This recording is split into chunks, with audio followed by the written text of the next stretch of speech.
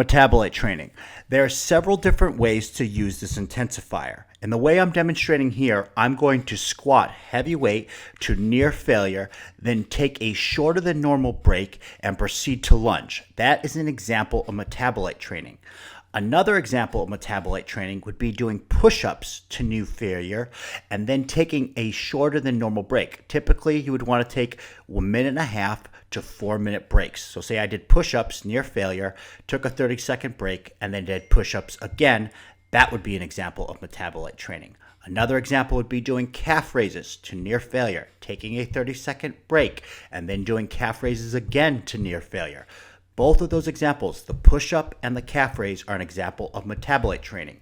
As you're watching me here, I'm doing metabolite training as I just squatted intensely, and now I'm sitting here for approximately 40 seconds, and I'm going to put this barbell on my back, here I go, and proceed to lunge down and back. I could do this, come to near failure where my legs are just full of lactic acid, set the barbell down, and then a minute later do lunges again. All examples of metabolite training. So the key to metabolite training is to train near to failure and then take a shorter break than usual and train again. This allows you to fatigue the muscle. Why would we do this? We can do this for a couple different reasons. Perhaps very heavy lunges aren't really that great for your knees and other joints.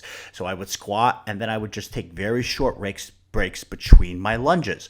Therefore, using metabolite training. Another example might be you're out in the middle of nowhere or you're at a hotel gym. Say I'm at a hotel gym. I only have 50-pound dumbbells, but I'm strong. So I use the 50-pound dumbbells and then I take a shorter than normal break with metabolite training. Or I'm out in the middle of the wilderness. I have no access to equipment. I do push-ups. Then I take a shorter than normal break and do push-ups again.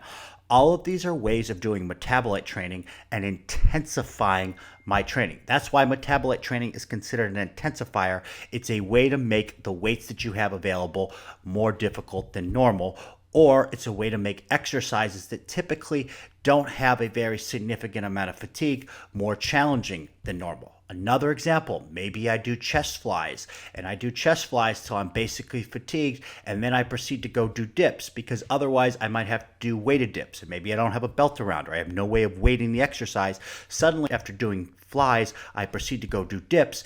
Those dips are a lot more challenging because my chest is already fatigued. Again, the core crux of metabolite training is taking a short break and therefore making the next exercise more intense. Metabolite training is an intensifier.